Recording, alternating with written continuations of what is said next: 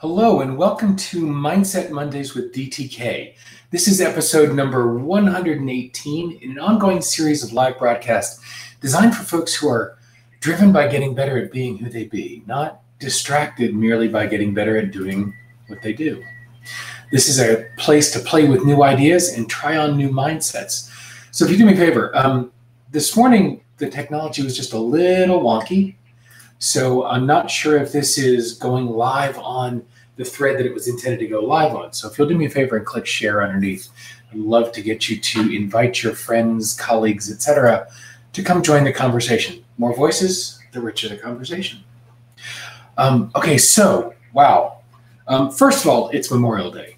And so for those in the United States that are celebrating Memorial Day, I want to take a moment just to thank those who served and to remember those that we've lost throughout our history. This is my father fought in Vietnam, his brother fought in Korea, and their father fought in World War II. So we have a long history of folks. Thankfully, all of them came home from each of the conflicts they were part of, but so many of the folks that have served our country did not. And this is a day to remember them. But we have a different playground, a different reason for being together today. I've noticed that folks that are knowledgeable, that have knowledge, are want to share it with anybody who'll listen, and sometimes, as I've been accused of before, sharing it with folks that are unwilling to listen. Often the less knowledge, the more willing folk are to share what they know. And yes, I know there's some that would even drop me into that category. But this is an interesting conversation to have. It's often those that are described as having wisdom that are often ones that speak the least. Jimi Hendrix has a famous line, and there's some question as to whether he actually said it or not, or whether it's derivative of a quote from Oliver Wendell Holmes.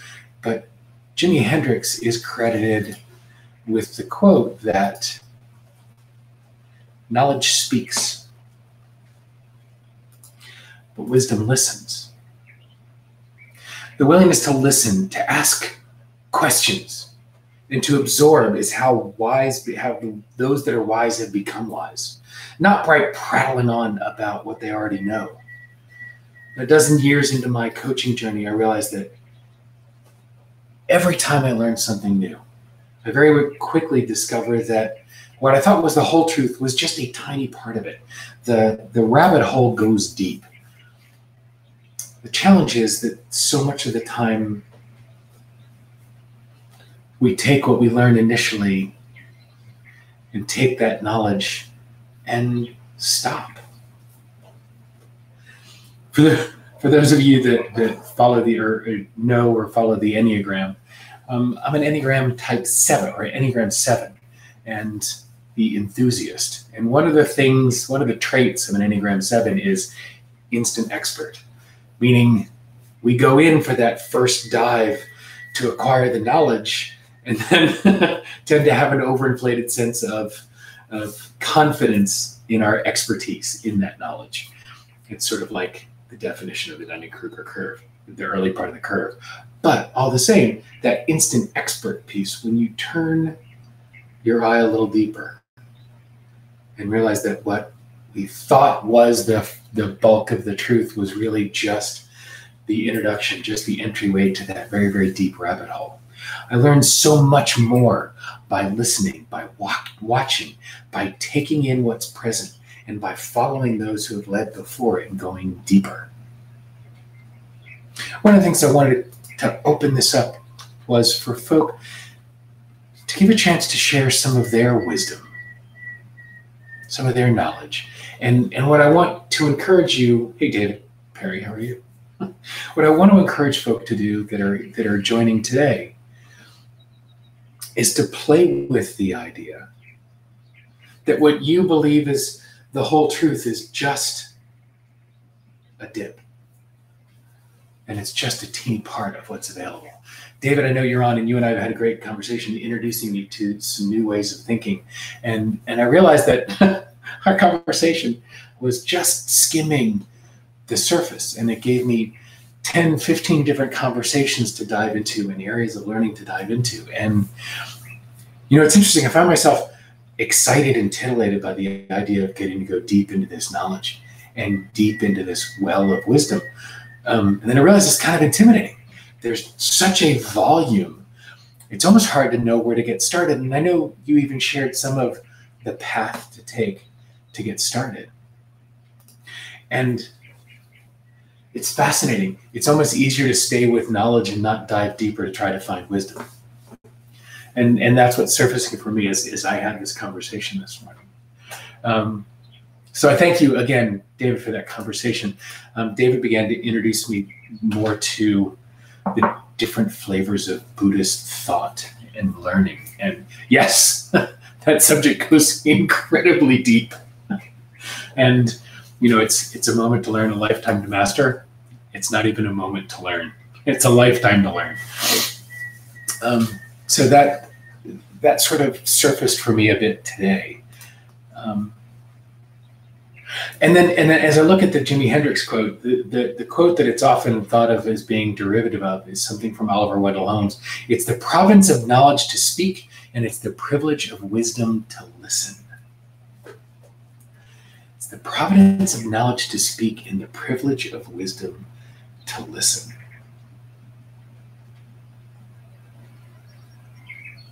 As I turn that over and think about so much of what's going on now in the echo chamber of social media, that's just become the place for folk to speak. It's sound and fury signifying nothing. It's just people speaking into the wind with absolutely no conversation, even to the point that the comment threads, as you see in social media, whether it's LinkedIn or Facebook or Twitter, it doesn't matter. The threads that follow are more people just spitting their thoughts out. There's very little conversation going on. I think that's why I've enjoyed the Friday refresh calls that I've been doing during this lockdown. I've really enjoyed those because there's been so much more of a conversation. People are able to jump in and talk about what's happening, talk to each other and with each other and listen to and actually hear each other. Not that I don't enjoy these 118 episodes in. And there is some exchange in the chat thread before, during, and after these broadcasts. Realizing how little I get to listen to and hear your voices.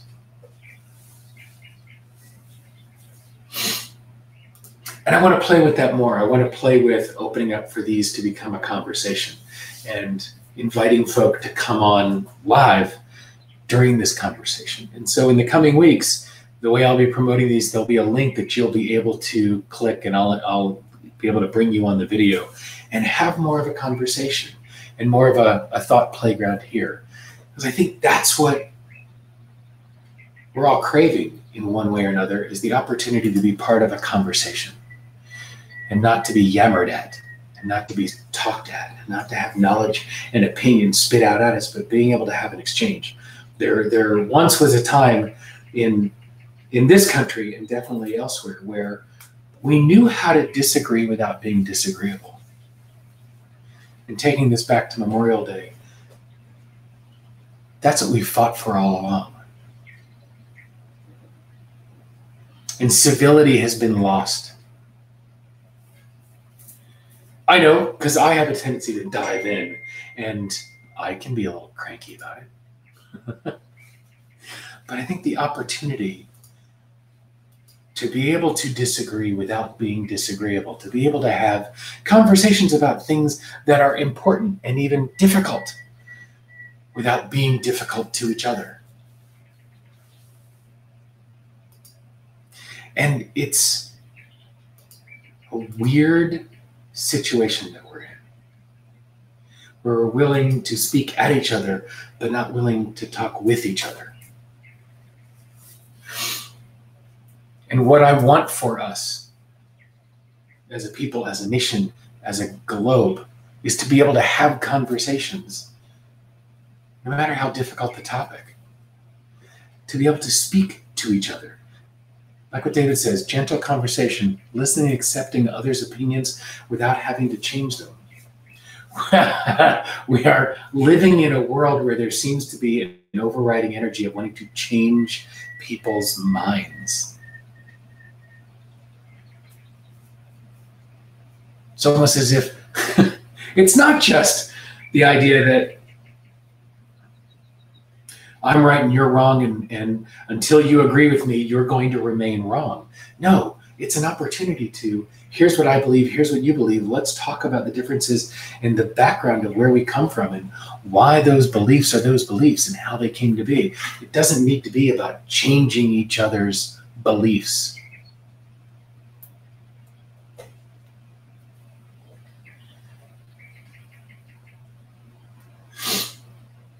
When did we lose the ability to be in relationship without having to make someone else wrong?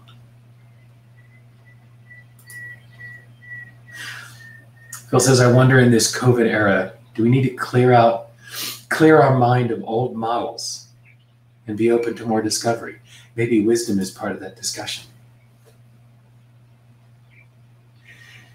Clear our mind of old mental models.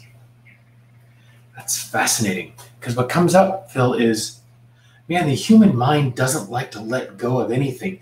We're much better at replacing. So I like that. Clear out the mental models and be open to discovery. Replacing the old mental models, not with someone else's, but with the opportunity to discover ours. You know, I reference it all the time with Don Miguel Ruiz, his book, The Four Agreements. Before he gets into the Four Agreements, one of the things he speaks about at the beginning of the book is the idea of domestication. The idea that there are so many norms and ideas or agreements, so many structures that are inherited familially and societally, that are not our agreements, that are not our beliefs. They're foisted upon us. We inherit them, and it's not with any malice from those or the systems around us, but the natural acculturation process. These things accrete on us, almost epigenetically and then culturally. But they're not ours. And Phil, what I love about what you're speaking to is the opportunity to move into a mode of discovery where we can discover which of those agreements belong to us, which ones are ours, and which ones belong to those around us. And then we get to be choiceful. We can choose, or better yet, decide which of those we want. I hammer this idea all the time, the idea of a decision versus a choice. And I work with that distinction a lot because I think it's super critical. The idea that I want to choose between a pencil and a pen. I can choose pen, and I put the pencil down and I have it available to me later. But when I make a decision, the word decide comes from the Latin root dicere, or to cut. So if I decide on the pen, then I throw away the pencil because I've made a decision. I have cut away the other choices. I've made a decision. So when we go make that move to be in discovery and decide which of those agreements are ours and which ones are not, we decide which agreements, which truths, which beliefs to hold. We cut away the other ones. Clear away the mental models, Phil, that aren't ours, and decide on which ones will remain.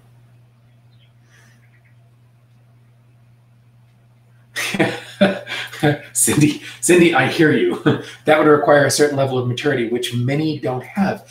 And I wonder if it's that they don't have the maturity or they've gotten into a pattern.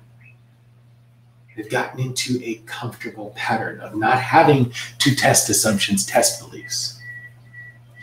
And oh my God, Cindy, I'm with you, because I think that's much kinder than the way I would normally say it. And yet, listening to it here, what I realize is I think people just get habituated into thinking or mental models. And it takes a tremendous amount of effort to change, and we don't do effort very well. Stephen Covey says that if you find someone that thinks differently, you should be thankful. Oh, good. You think differently. Tell me about that. How else do we learn anything new? But the opportunity to tell me about that, not convince me you're right. Right? What about that opportunity? Tell me about that. Share that with me. Have a conversation.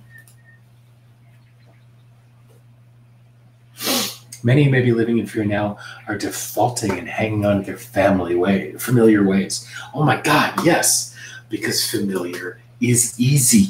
It doesn't take effort to change. It's like the well-worn neural pathway. I always refer to our behavior being a lot like a barn-happy horse. That you get out to wherever you're ridden to, and as soon as you step down, boom, the horse bolts back towards the barn because it's the only place that it's comfortable. When we talk about staying in our familiar ways, our brain is like that barn-happy horse. It will follow the neural pathways that are most frequently followed. Those that are familiar. Why are they familiar? Because they are from the folk around us in our echo chamber. It's a matter of making the effort to be out of your bubble, to have conversations with people who don't agree with you, to say, oh, good, you think differently. Tell me about that. I know I like the way I think and what my beliefs are. I'm comfortable with them. I've had a lot of these theories and beliefs for a very long time. So I can tend to be forceful with those beliefs. And sometimes the way I communicate them, I'm coming from a place of wanting to convince people to think like me. Right? Think like me, it'll make me feel better about what I believe. Sometimes it's think like I do because I think it's better for you. I miss having more conversations where there's a sense of intellectual curiosity on both sides. And what I want to have is more of those.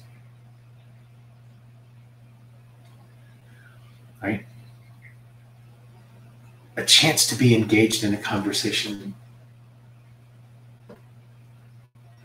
And more than that, I think there's in the coaching world, in a coaching conversation,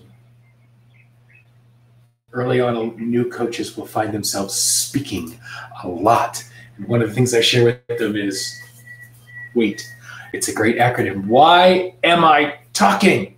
And I think that's useful when it comes to being in conversation now. Giving people a chance to be heard. Spending less time talking and more time listening. There's so much more for me to learn. And there's so much more for all of us to learn. And there's more opportunity for us to be in connection. And it is a powerful truth that people long to be heard. Being listened to feels so much like being loved that people can scarcely tell the difference. What can you learn this week by listening? What's possible for you? What wisdom is possible for you if you listen instead of talk?